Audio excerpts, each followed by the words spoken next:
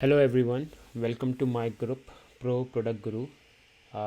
This video channel is all about product management where we talk about different questions like product design, execution, strategy, technical behavior, which will help you in clearing any product management interviews. In this specific video, we're going to talk about product execution question, which is one of the type of product management question. And the type of question we are talking about in this video is um, how will you evaluate if a launch has been successful or not?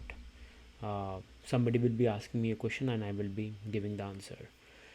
If you like this video, then please comment or share and let me know how it is and which content you want to see next. Okay, so if I repeat the question is Meta decided to launch a new version of Quest. How will I evaluate whether that launch is successful or not? Correct? Yes. Few clarifying questions. When you say Quest, it's a VR headset, right? Yes. And when you say new version of Quest, you mean a new hardware, not the software upgrade, but an entirely new hardware that Meta launch. Yes, so I think recently Meta just launched the second version of Quest early this year. It is a VR glasses, and if say we decided to make strengthened version of it, and we need to update a new version of it, then what metric would you look into to see whether this would be a successful strategy and what are the possible trade-off you can think of? Got it. Okay. Cool. Let me think about. Give me a second to think about it. Okay, so what I would like to talk about is I will talk about the mission for Meta. We'll talk about the goal for this particular product. We'll talk about users who are catered to this particular product. We'll talk about the user journey. We'll see if that makes sense. But right now, I think it makes sense. But as I answer, if it doesn't make sense, I will skip it. But for now, I just want to keep it metrics and then counter metric. Does that make sense? Okay, so also one assumption which I'm taking is Meta is a global company, so VR headset, the Quest has been launched globally. So I'm assuming that for the success, I'm thinking like we are assuming global launch, global success, not just US success. That makes sense. Okay, mission for Meta, what I'm thinking is to connect people, building communities, so that people are connected to each other. That's what I can think of. So that's the Meta's mission, and all the products within Meta, which is Facebook, Instagram, are all tied to that mission. All of the products have the mission of like building communities, connecting with people. By launching VR headset, which is Quest, Meta is targeted to his mission, where basically the VR headset is a form of connecting with people, but more in an immersive way, more in a virtual way. Before people connects on a 2D blue app where they are liking, commenting, and sharing things, but through Quest, Meta's vision is basically connecting in a more immersive, more in a real way, like how one person talks in a real world, they will do in the virtual world. That's what I can think of. That's why they invested so much into Quest, if that makes sense. So uh, talking about the goal for Quest, so we have already launched one Quest version before. We are launching, or we have already launched another one this year. I would say we are not at the we are not at the product market fit finding, we are not at the adoption and acquisition. We are mostly in the engagement funnel, where basically we want the user to spend as much time as possible into our platform as possible. So I would say our goal here is engagement, where we want to have and some of the North Star metric which I can think of right now. We'll talk about the. Sorry to interrupt here. I think the mission part, you are making the point, like you know how to connect the launch request to the the macro mission for a Meta community. Well, when it comes to the goal specifically for the quest, why do you think we should prioritize engagement over adoption?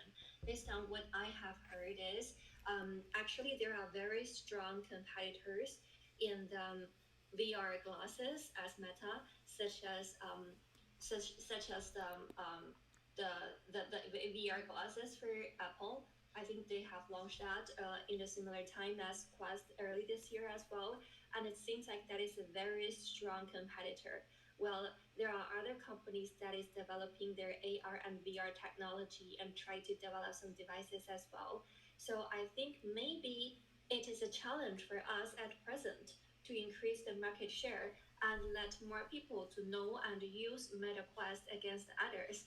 In this way, Hmm. what do you think of this? Yeah, I didn't think about that part. So now Apple launch the VR headset, and then a lot of companies are investing into AI and ML technology. So people are like combining VR and AI together. There's a hybrid mode people are working right now. So I think VR is a big market, and Facebook, or sorry, Meta has not achieved that much time. So I would say not engagement should be the focus. I would agree. I think adoption should be our main goal. So I would change it to adoption. Yes, I think that makes sense to me. We should prioritize adoption at first place, and maybe for a further for a long-term development, we consider engagement then. Right, right. That makes sense. Yep. Cool. So give me a second to think about user journey. I'm not talking about the users because I'm taking all the users as generic users. Doesn't make sense to like divide users here. So I'm just skipping the user part. Let me know if you think otherwise.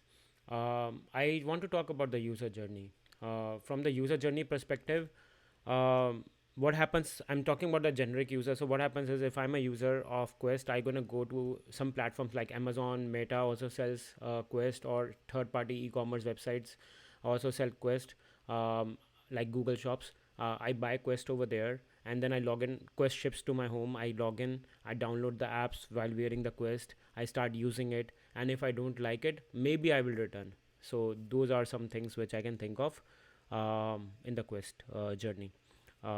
Does that make sense? Any question so far? Yes, I think this user journey is complete and it covers from the very start to the end. Well, the third stage, which is download the apps, I think it will be more helpful for us to dive deeply into this part. What do you think will be the possible user scenarios for MetaQuest? What specific apps and what specific functionalities will they use? And how would it process with Quest? Right. So there can be different kinds of app, different uh, kinds of app. Like for example, they can be educational app. They can be movies, which we can call as a generic category entertainment. They can be games, and they can be other, let's say, other apps. So these are different apps which people can use. Every app, like education, entertainment, have a different user experience. Like if you take an example, games, there's a controller. People will use that controller for playing games. Entertainment, they will just basically do nothing, just watch it. Education, yes, there will be some thing where basically they have to interact. So there's different kinds of thing that they can do. uh, we as a Facebook, as a platform, we need to track each and every segment. So as a PM, we need to go into deep down into like what is happening on the games, how people are interacting. So we need to measure metric on the games, on entertainment, on education. But there will be some generic metric also, which I can cover in the metric section, and there will be specific metric also. But I think generic metric is something which we can say they are common across the board. I think this is making sense to me.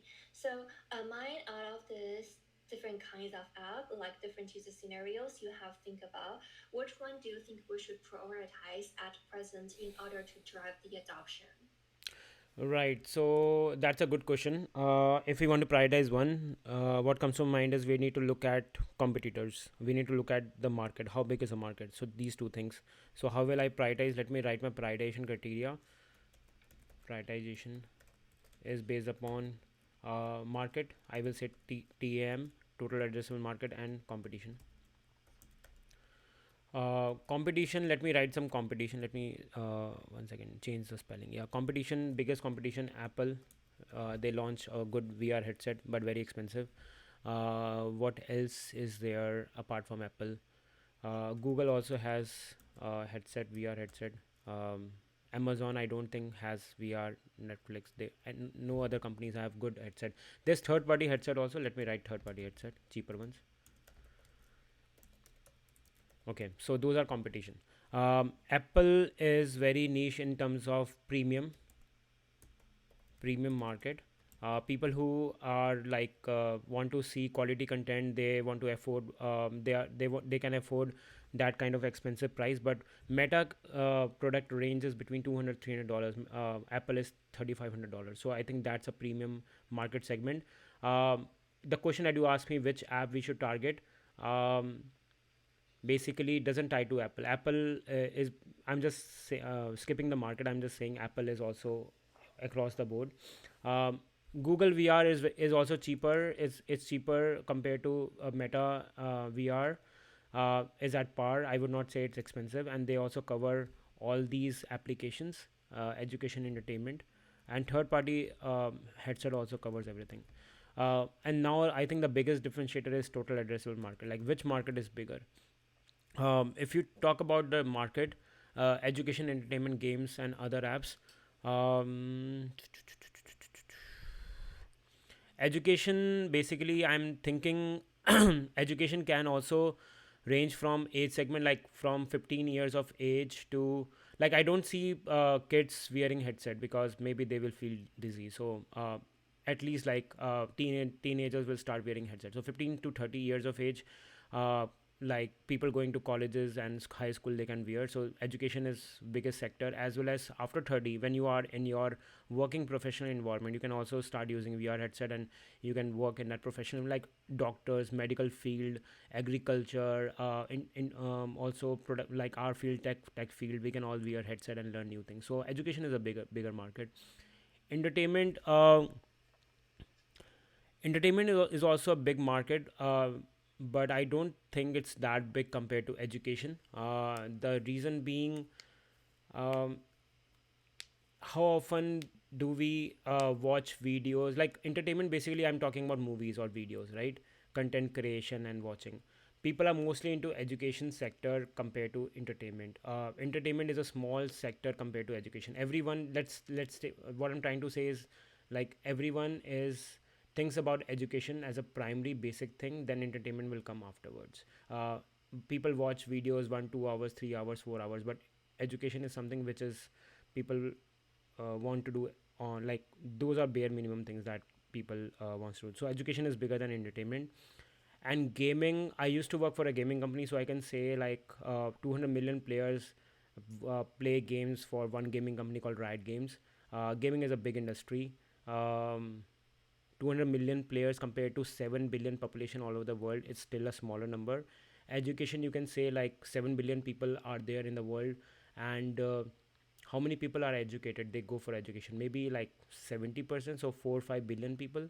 uh, so I would say education is still a bigger market compared to games and entertainment. So I would say education is something that I will prioritize first.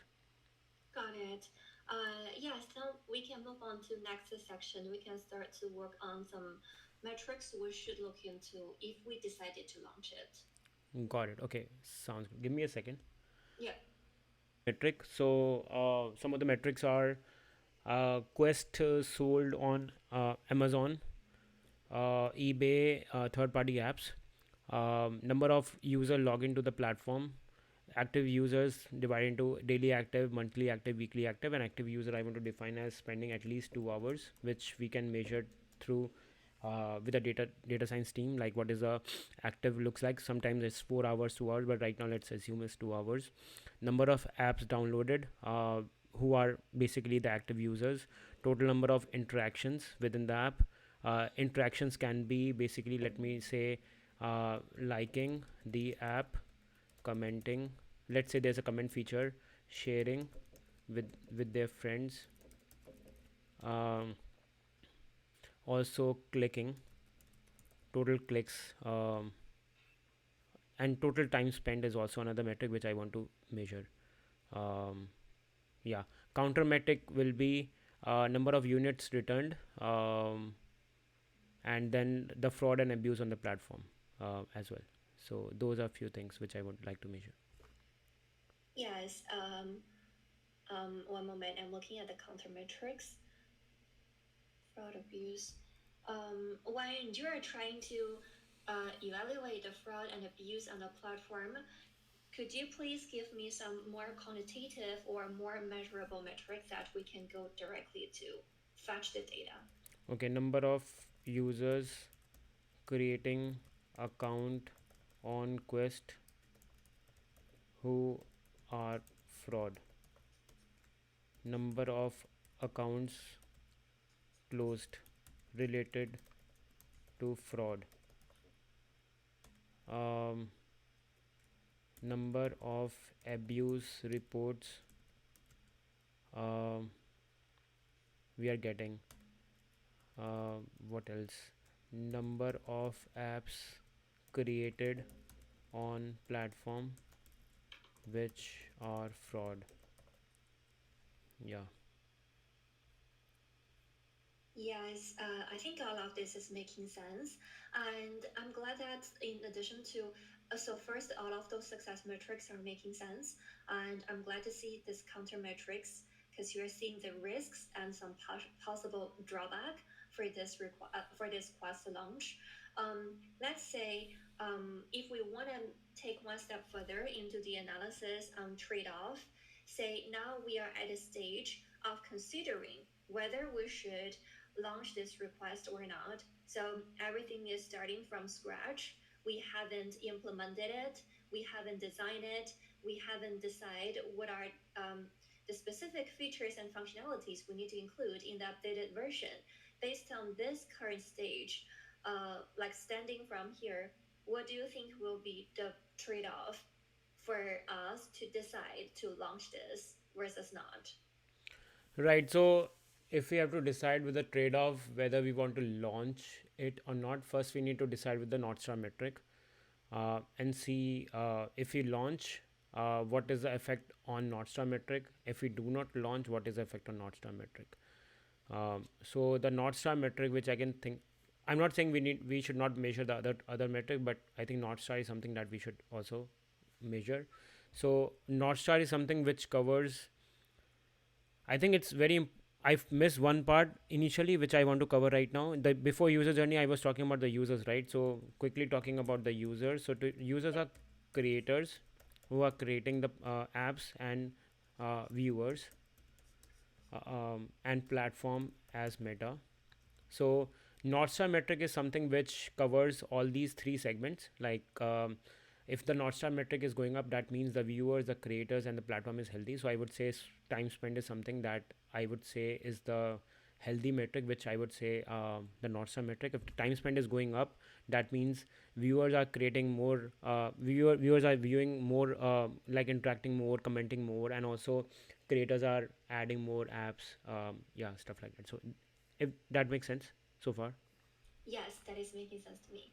And that is all question from my end. So I have complete all of the follow up. Would you like to reflect on yourself before I give up my feedback? Yeah, so from my side, I think, yeah, overall, my structure was there and I missed the user. Then I thought, okay, user is also important. You asked me a good question here, which market. I'm not sure whether I should be proactive enough to like tell before, okay, which app or which market I should prioritize, because every market, every education entertainment is like different interactions. But that's fine. What else? I think I missed the creator side of the metric. So that ties to the user. So I missed the user. These all metrics are from the consumer side. The creator side of the metric should be like going, logging in, creating new apps, posting it, seeing the likes, comments, interaction. Those are different, which I completely missed. Now I'm thinking. So that's a disaster from my side. Yeah. Yes. So actually, I think overall you did well. So first, when you're starting from the when you're starting from the user journey, you mentioned about the purchase, which is the very beginning as the acquisition for this device, and you mentioned about start to use and return, and also mentioned about the process for them to activate the quest and engage deeply into it. Well, just as what I have mentioned in the follow up, I think this section, I mean, it's important for us to provide a very comprehensive user journey, but I think the part that interviewer might be really interested in is the usage, or say the user scenarios, like what type of apps they can engage with with the quest, and what kind of functionalities they can play with Quest. So that is the part when I ask follow-up questions, Hmm. and it will be good if you start to provide more detailed thoughts on this part in your first answer.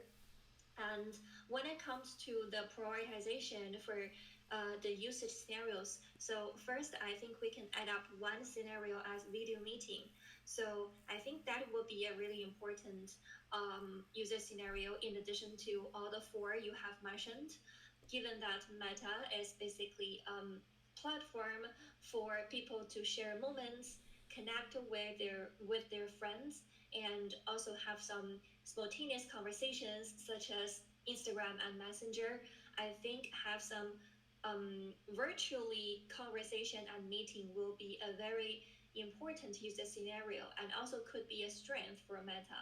And you can add the fifth scenario as maybe video meeting for for the user scenarios. This could be casual chat among friends and families, and could be formal chat like for workplace and education, as you have mentioned. So when it comes to prioritization, I think there is no right or wrong answer for this part. But from my end, if I start to work on this question, so maybe I would prioritize some metric that Meta has a strength as. So that said, I mean, you can always prioritize education, but Meta do not have a very good current fundamental, or say Meta doesn't have a very great user base on education. I mean, maybe considering about Udemy or Coursera, or even let's say other platforms with better resources for online education videos and tutorials, or even YouTube. All of this, competitors might even have a better user base in case of education compared with Meta. And Meta as a online community providing the platform for spontaneous connections, I think you can prioritize some other usage and user scenarios that is related to the current user base and the current ecosystem of Meta. That will be easier to process some further answer, and that might be like more related to some other follow-up questions. Well, I like your idea to process your thoughts on prioritization here. You think about the target audience. And I think my feedback just now is basically related to this section and to talk about competition. You covered all the three major players in this market currently, which is good. And you mentioned about the complementary product as third-party headsets. It is also a highlight. So pretty much about usage and prioritization. Move on to metrics. Actually, I do not have much to add up, even as a data scientist, because you're trying to cover as many metrics here. It's very all-rounded as well. Uh, I think we can add one more thing as retention. So here you mentioned something very similar to retention, such as total number of interactions and time spent. All of this can measure the consistency of interest from our users. But if you can mention some metric that is more explicitly and straightforwardly correlated with retention, that will be better. This is the only one add-up I can think of. And for other part, I do not have much to add. I think it is already very mature answer. When you say retention, what metric did you say? Can you repeat, please? Um, for retention, I think some typical metrics could be in a specific time period, how many times the users are returning to use the quest again, so on and so forth. So retention basically means whether people are just use it for one time or they're returning and to use it repeatedly. So it's very important for us to measure whether this is a real new user, or he is just a one-time user, which is something we do not want to see. And you definitely can develop any other metrics related to what I have mentioned. Again, there is no fixed answer. There is no given metric for retention like metric A, B, C. You just need to mention this and you can design whatever metric that you think makes sense and related to retention. Got it. Got it. Makes sense. No, this totally makes sense. Thank you so much for the feedback. This is great. Thank you. Yeah, thank you.